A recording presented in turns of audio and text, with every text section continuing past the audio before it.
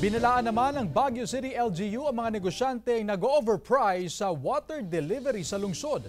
May ulat si Joan Punsoy. Sa kasagsagan ng mainit na panahon, nararanasan ang kakulangan ng supply ng tubig sa Baguio City. Ang local government unit, ilang reklamo na raw ng overpricing sa water delivery ang natatanggap. Karaniwang ginagamit ang raw o bulk water bilang pampaligo o di kaya panlinis. Overpricing kasi ang regular water cost ay ranging from 45 pesos per drum.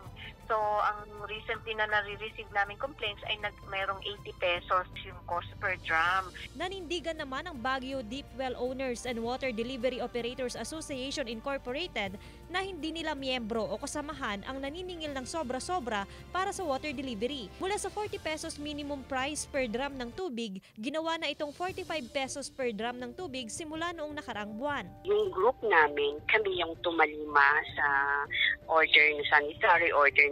Nagbabala naman ang alkalde ng bayan kaugnay dito at hiniling ang kooperasyon ng publiko. Hindi po namin ito-tolerate yung mga water delivery services na nagtataas po ng presyo namin. At sana ho, kung mag-report naman ho kayo sa amin, dapat banggitin nyo ho talaga yung pangalan ng water delivery services. Hindi naman ho pwede sabihin nyo na lang na lahat ng mga nagdi-deliver dito sa barangay na ito mataas. Otherwise, so, parang yung credibility ho ng report, parang haka-haka na lang. Nakikita nyo naman ho kung anong pangalan ng water delivery services. Kakasuhan at pagmumultahin daw ng LGU ang mapapatunayang water delivery na nananamantala. Joan Punsoy, One North Central Luzon.